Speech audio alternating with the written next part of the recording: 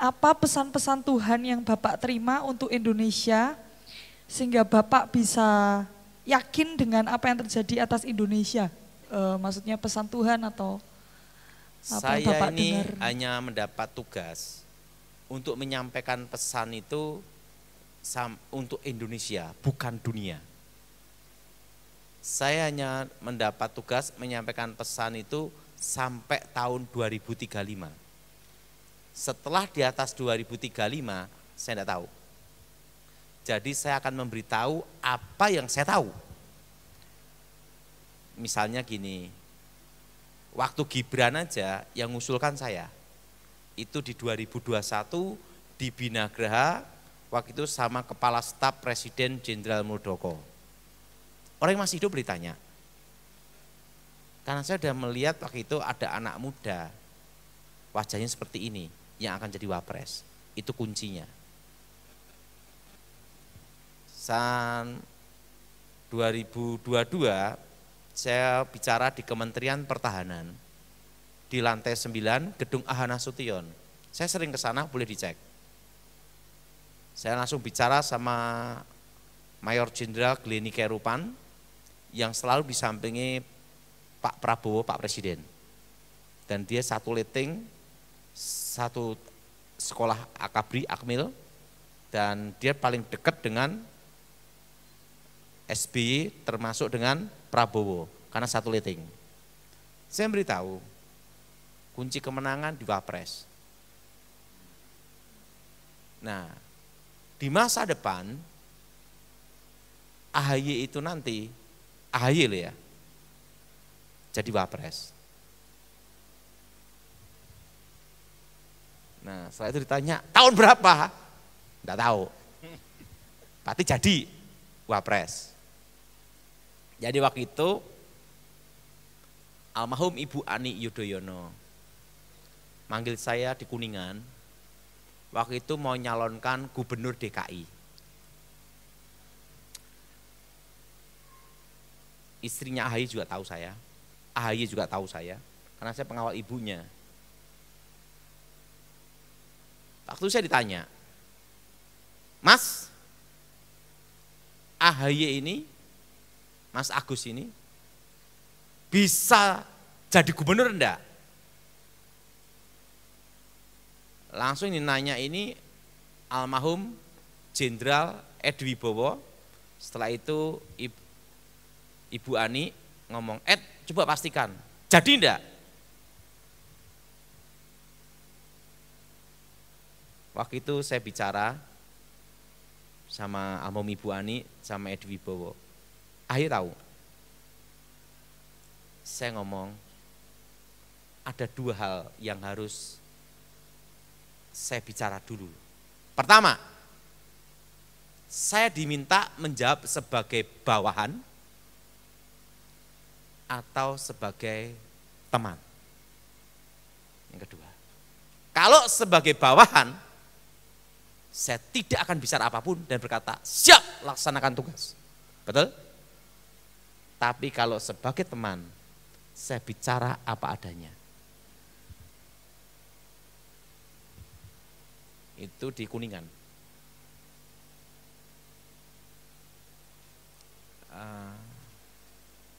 Ibu Ani diem, terusan Edi Wibowo ngomong saya, Mbak Ani, Mbak, biar Daud bicara sebagai teman. Jadi supaya dia bebas, ngomong apa adanya. Baik, kalau sebagai teman saya beritahu, kalah. Tetapi sebagai batu loncatan, dia naik ke atas. Karena wahyu keperabuan ini dari Sarwo Edi itu ke Ibu Ani Yudhoyono.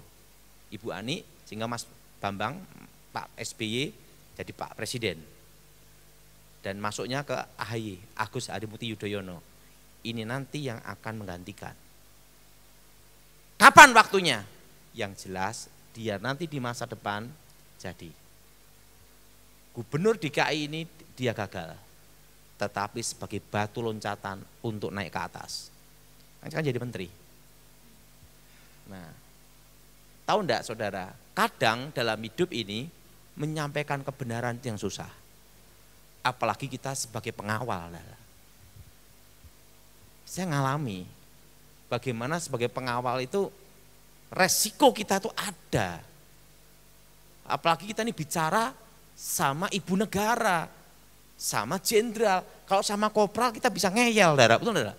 Kalau sama jenderal, sama ibu negara mau ngeyel gimana, betul enggak? Makanya kalau saya disuruh tanya apa adanya, saya tanya itu dulu, sebagai bawahan apa sebagai teman. Sehingga pada waktu, boleh saksinya tanya Mas Ibas, Edi Baskoro. Saya nyebut ini orang yang masih hidup semua kan, boleh ditanya, konfirmasi aja. Waktu Mas AHY itu ke Anies, waktu itu saya bicara sama Glenny Kerupan, itu di gedung Ahana Sution lantai 9. Saya bicara sama Glenny, Glenn, kamu lihat saya aja lah. Mas itu piye? Kok mereka ke sana? Kamu kan ke sini. Nah, saya gini, kadang kita kan di tengah susah. Karena saya kan ditugaskan waktu itu sama almarhum Ibu Ani Yudhoyono untuk ke Glenny, untuk bersatu dengan Gerindra, dengan Glenny Kerupan. Dan dia pesan sama saya, kamu tidak boleh ke jalur yang lain. Tugas kamu dipermutasi untuk merapat ke Gerindra, ke kubu Pak Prabowo, hanya satu tok, ke Glenny Kerupan. Tidak boleh yang lain. Dan saya menjalani tugas saya tidak ke Safri Syafudin, saya tidak ke Luhut Binsar Panjaitan, dan saya tidak ke Dasko, Pak Dasko. Saya tidak, karena perintahnya hanya satu. Kamu merapat, kamu saya tugaskan ke Glenny Kerupan, satu jalur aja, tidak usah kemana-mana. Untuk menjadi penghubung antara Cikias dan Gerindra. Dan saya memegang tugas itu tidak mudah. Sampai saya 2015 didatengin orang penting dari istana supaya saya bergabung membantu untuk pemerintahan yang baru. Tapi saya berkata, enggak bisa. Kenapa enggak bisa? Karena saya hanya ditugaskan satu itu aja. Dan perlu Anda tahu, saya tidak pernah berkhianat. Bukan pindah itu enggak. Jadi saya ini resmi ditunjuk untuk merapat. Yang nunjuk adalah almarhum Ibu Ani Yudhoyono dan Jenderal Wibowo. Saya berkata sama Glenny Kerupan di gedung Ahana Sution, lantai 9. Glenn, percaya sama gua. Saya bertanggung jawab. Pasti ke Gerindra, saya bilang gitu. Karena saya percaya, benar. Mas AHY keluar dari Anies, betul? Nah, ribut. Saya WA, dan di WA saya ini ada, WA saya itu ada WA-nya Mas Ibas, ada. Jawaban Mas Ibas ada di situ semua. Jadi saya bukan hanya omong kosong gitu loh ya. Saya ngomong sama Mas Ibas, Mas, percaya tidak bahwa saya pengawal almarhum Ibu Ani. Dan saya pengawal dari Edi Wibowo. Yang megang tugas dan sumpah sebagai seorang pengawal presiden. Karena sumpah saya itu beda dengan pas pampres. Kalau pas pampres, sumpahnya untuk presiden yang ada. Sedangkan saya, sumpahnya karena saya sipil bukan militer, sumpahnya untuk keluarga presiden, Cikias. Jadi apapun yang terjadi, saya akan bela sampai mati, Mas. Karena itu sumpah saya sebagai pengawal keluarga Mas. Maksud padat gimana? Mas beritahu Mas AHY, Ketua Umum Demokrat, segera ke Gerindra. Koalisi. Nah, bagaimana caranya? Mas masih ingat enggak? Saya ditugaskan almarhum Ibu Ani Yudhoyono untuk mutasi personil, untuk merapat ke satu jalur. Bukan ke Safri Syafudin, bukan ke Dasko. Saya tidak kenal itu. Karena tugas saya hanya satu, ke Glenny Kerupan. Dan saya fokus tugas saya, tidak kemana-mana. Berarti nanti jalurnya sama Glenny Kerupan. Iya, Itu pesan dari Almarhum Edi Wibowo sama Ibu Ani. Pasti menang dah. Ini sebabnya udah 2 kali kalah kan? Betul? Betul? Mas, untuk kali ini saya pertaruhkan hidup saya, nyawa saya, kehormatan saya. Pasti menang. Menangnya gimana Daud? Sejak tahun 96-97, saya ngelihat anak muda ini jadi wapres. Dan itu Gibran. Yang kedua, Mas, tapi PDIP membuka pintu kita Mas untuk masuk merapat ke PDIP. Jangan, pasti kalah, saya bilang gitu. Kok yakin Mas? Yakin. Kalau gitu segera ke mana Daud? Ke Prabowo, ke Gerindra. Langsung saya bicara. Langsung, itu WA-nya ada Mas Ian. Ditunggu sama Glenny Kerupan, 24 jam. Siap gabung. Untuk penggabungan Demokrat dengan Gerindra, tahu enggak berapa lama? 3 hari dah. Selesai. Nah setelah itu, setelah menang ngomong apa? Untung dengerin kamu. Terus, lah kamu nanti gimana Daud? Dan perlu darah tahu, anak saya aja yang nyekolahkan dulu.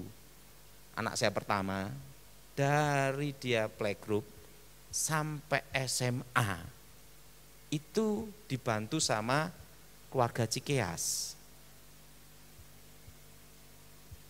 Ya.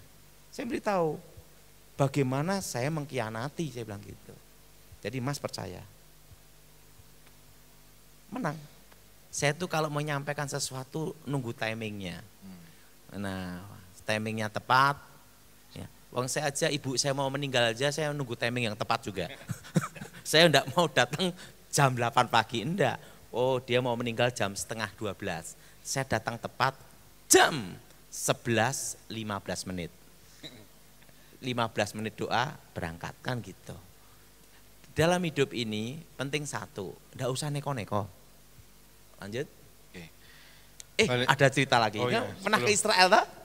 Iya. Tahu enggak? Tak kasih rahasia penting supaya hidupmu tenang dan aman. Lebih enak hidup ini sederhana bila perlu pura-pura miskin.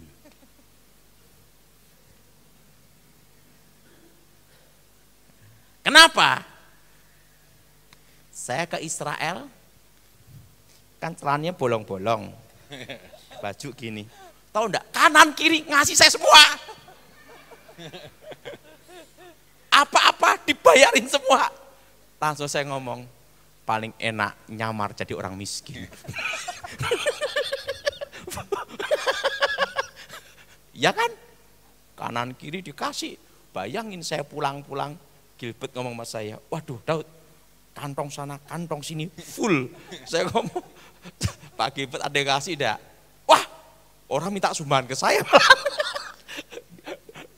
Jadi ngomong gini, Daud, kalau orang ke kamu, pasti ngasih. Kenapa? Kasihan. Tapi kalau saya yang datang, yang dimintai sumbangan saya. Saya ngomong, hidup paling happy itu apa adanya. Siapa yang setuju angkat tangan saudara? Nah saya ngomong, saya kemana-mana orang mau ngerampoknya juga males. Celana juga bolong-bolong, paling mau atas bawah kan sejuta atau rugi ngerampok. Lanjut. Lanjut lagi Pak, ini dari orang dari Purwokerto. Suruh menanyakan pendapat Pak Dotoni tentang bisnis yang kripto yang sekarang mulai marak lagi, bagaimana? Jangan, karena tidak ada dasar hukumnya. Kan tidak semua negara menerima. Yang paling aman itu yang pasti-pasti aja lah. Karena kalau kripto Anda tidak menguasai, selesai. Kalau yang mau main saham, tak kasih tahu. Untuk yang mau main saham, jangan tahun ini. Mainlah di tahun 2026, tepatnya bulan Maret, setelah RUPS Rapat Umum Pemegang Saham Januari Februari. Startnya di situ. Kenapa Pak Daud? Petunjuknya demikian. Jangan main saham tahun ini. Yang pemain saham, angkat tangan coba. Nah, betul? Karena apa? Tahun ini ketidakpastian. Dan mainnya harus yang blue chip. Mart gitu. Nah kalau ini komisi 2%. Oh. Lanjut. Jadi ada note-nya ya Bapak Ibu, yang tadi ada komisinya wajib dicatat ya. Bertanya tentang bagaimana sikap kita terhadap bangunan-bangunan purbakala, nyambung yang tadi Pak, yang tadi Bapak sebut. Kita harus menghormati hukum negara, betul? Karena hukum negara itu harus kita hormati, betul? Ya. Tapi kalau yang berhubungan dengan jimat yang ada kuasa gelap, yang tidak ada hubungan dengan negara, ya beda cerita, bakar musnahkan. Tapi kalau yang berhubungan dengan negara, tidak boleh. Karena itu ada undang-undangnya, betul? Betul? Karena ada hukum negara, tidak bisa kita lawan. Hormatilah pemerintah. Oke, lanjut. Oke Pak, tentang malaikat, setiap kita ini kan punya malaikat ya Pak. Nah, apakah malaikat ini bentuknya beda-beda dan gimana cara kita mengaktifkan atau menyuruh untuk malaikat itu melakukan sesuatu untuk kita? Bagaimana kita berkomunikasi dengan malaikat? Saya selama hidup saya, penting saya doa. Tuhan berkati hidup saya, jaga aku dengan malaikatmu. Tapi saya tidak pernah nyuruh malaikat tuh. Karena malaikat itu udah tahu apa tugasnya. Dan yang kedua, saya sering kadang melihat malaikat. Tapi saya lebih fokus sama Tuhan. Bukan malaikat. Karena mereka hanya utusan. Jadi kita ini jangan terlalu berlebih-lebihan tentang malaikat. Ya fokus saja ke Tuhan aja. Oke? Lanjut Pak lagi Pak, untuk ini pertanyaan dari orang yang berprofesi sebagai tenaga pendidik atau guru, itu untuk di tahun-tahun ke depan bagaimana?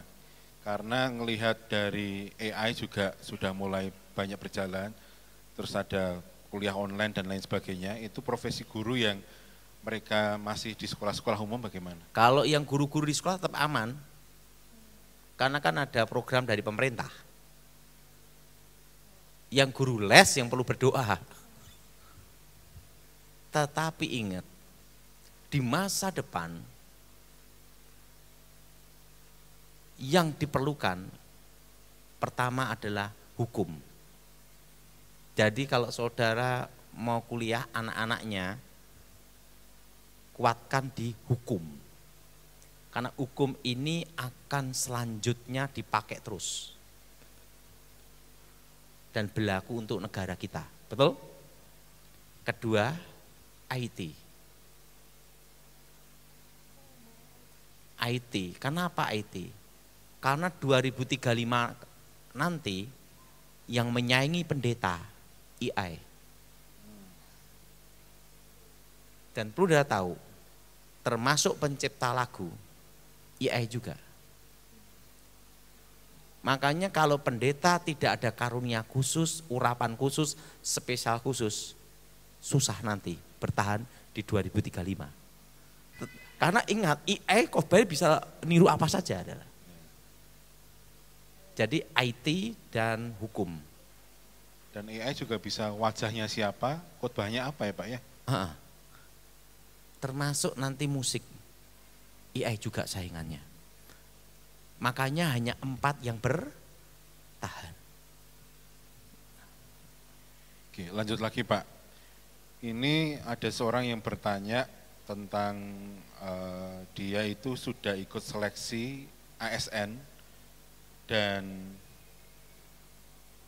tapi dia dengar masalah belum ada jaminan ke depannya karena gaji untuk ASN juga akan tertunda oleh karena APBN yang masih minus itu. Nah itu bagaimana menyikapinya sebagai orang yang berprofesi sebagai pegawai pemerintah dan orang yang mau melamar kerja di ASN?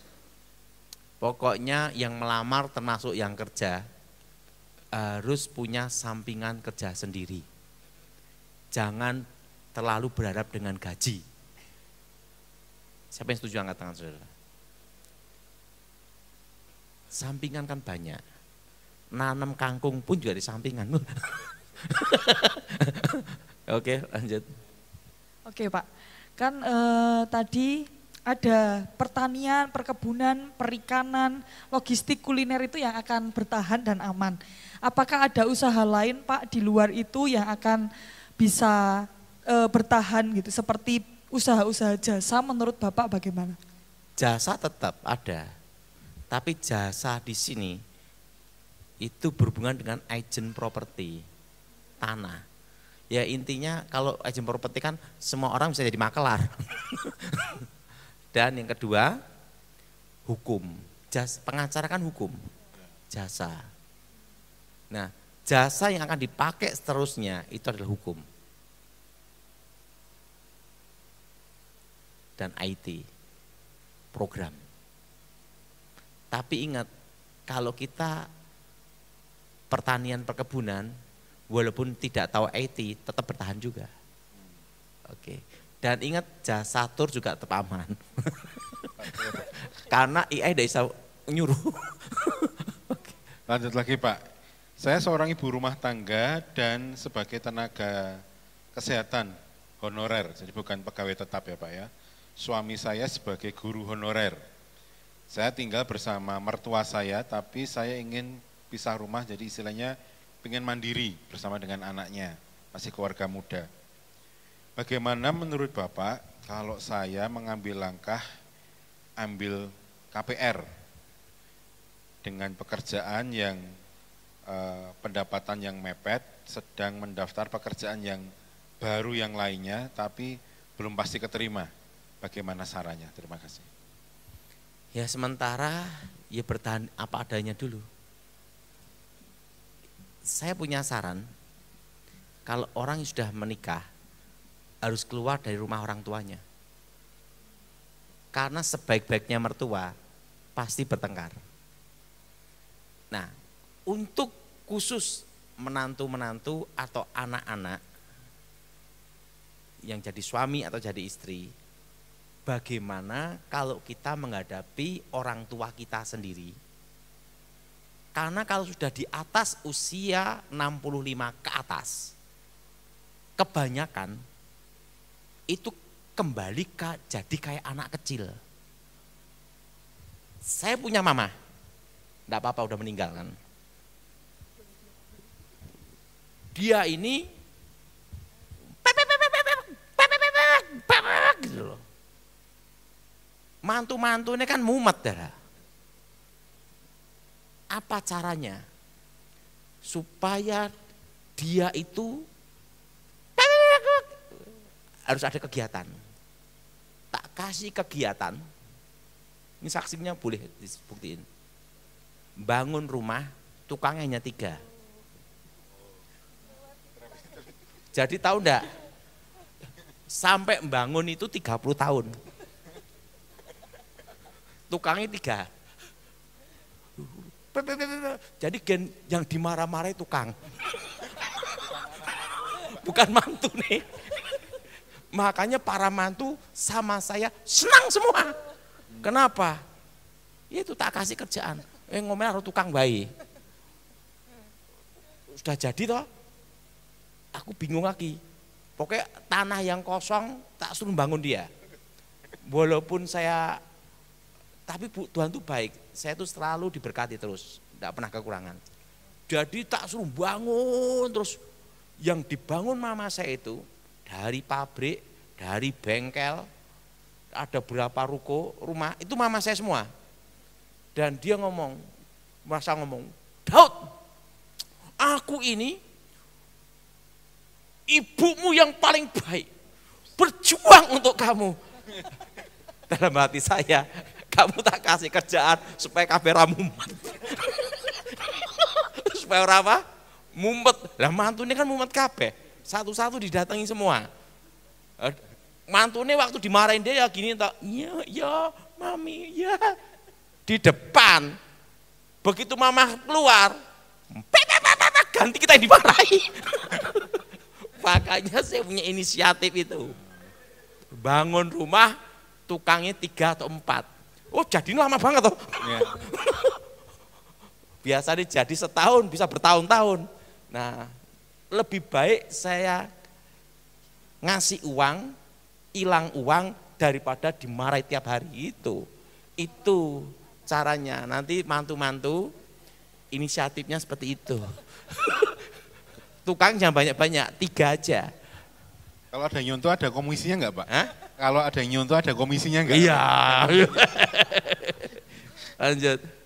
Oke, lanjut lagi dari penanya yang lainnya.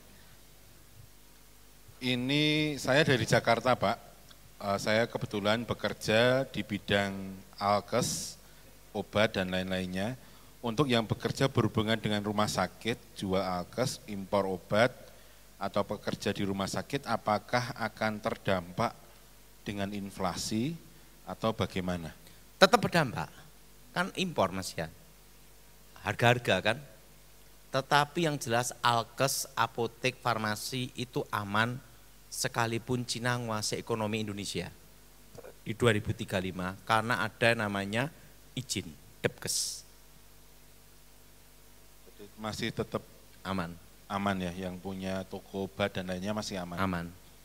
Untuk ini ada yang tanya, untuk pekerjaan sebagai psikolog konselor bagaimana menurut Pak Daud dan apakah setelah corona ini akan ada virus lagi setelahnya? Nggak usah mikir virus, mikir ke duit besoknya mumet. Besok gumangannya mumet, nggak usah mikir virus-virusan. Yang jelas ada suatu agenda, kan dari intelijen juga memberitahu saya, ngomong-ngomong sama saya, bahwa ada agenda global yang mau menciptakan pandemi kedua. Tetapi ingat, Indonesia ini posisi tetap aman karena tropis. Jadi saudara tidak usah khawatir. Karena tropis ini juga ada gunanya juga. Memang ada agenda situ, tapi aman. Agendanya itu rencana di tahun 2026. 27. Aduh namanya apa gitu, saya dikasih tahu. Tapi saya rasa di Indonesia, karena kalau itu terjadi tahun depan, pasti sudah diberitahu sama Tuhan tahun 1997. Karena ekonomi berhenti itu 2020 sampai 2023. Berarti kalau 2026 berarti tidak ada pandemi, hanya pengaruh ekonomi. Ya, pandemi atau tidak pandemi, rakyat Indonesia orang gagas. Ya lanjut. Untuk yang mau bertanya di masalah dunia perkayuan, Pak, bagaimana di masa depan untuk yang baik mainan di pabrik, berarti untuk ekspor ya keluar, dengan penerapan tadi pajak yang cukup tinggi impornya, itu apakah ada saran untuk mengalihkan pasar atau tetap? Yang jelas di masa depan 2035 ke atas yang bertahan nanti adalah kelapa.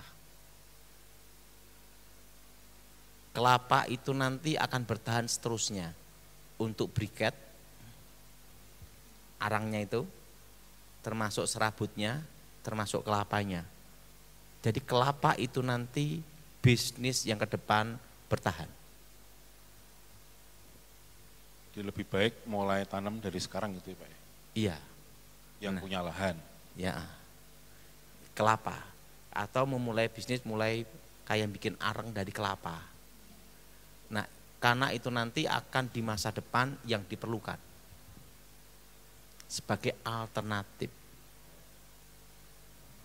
Lanjut lagi Pak, untuk satu penanya, kalau saya ekonomi dari keluarga juga pas-pasan, masih proses pelunasan hutang juga, dan anak saya lulus SMA itu masih 2 tahun lagi. Apakah ke depan saya anak saya suruh lanjut kuliah seperti yang tadi Pak Daud sampaikan, di hukum atau di IT, atau bagaimana kalau dengan kondisi ekonomi yang seperti ini? Gini ya, dalam hidup ini pengalaman saya, pendapat saya ini mungkin beda. Tingginya kuliah atau sekolah tidak menjamin seseorang itu berhasil. Yang menjamin hidup seseorang berhasil adalah satu, dia punya skill. Dan kedua, kemampuan untuk bertahan. Ketiga, disiplin. Disiplin pun juga ada tiga. Disiplin waktu, disiplin kerja, dan disiplin istirahat. Saudara kerja tekun, tetapi tidak bisa ngatur waktu istirahat, stroke juga, betul enggak? Betul? Tiga ini. Makanya dalam hidup ini sebenarnya simpel aja. Sekolah hanya membantu kita untuk pengetahuan. Dan perlu tahu, setinggi kuliah apapun dalam hidupmu, maksimal dipakai dalam kehidupan sehari-hari setelah engkau bekerja, itu hanya 5%. Siapa yang setuju angkat tangan, saudara? Termasuk sekolah teologi ya. Yang jadi kenyataan hidup adalah pengalaman hidup dan bagaimana kita menanggapi. Setuju? Oke. Ini untuk pertanyaan sebenarnya sudah habis Pak, mungkin sebagai penutup ada pesan yang Bapak mau sampaikan, silakan. Kita akan mengalami hal yang berat di tahun depan. Jadi sekarang ini masih awal. Resesi sebenarnya itu bulan 6, bulan 7. Terus sampai tahun depan. Bayangkan saudara, tahun ini aja udah banyak kopior, betul? Betul? Tapi ingat, untuk Temanggung tidak ada yang kopior.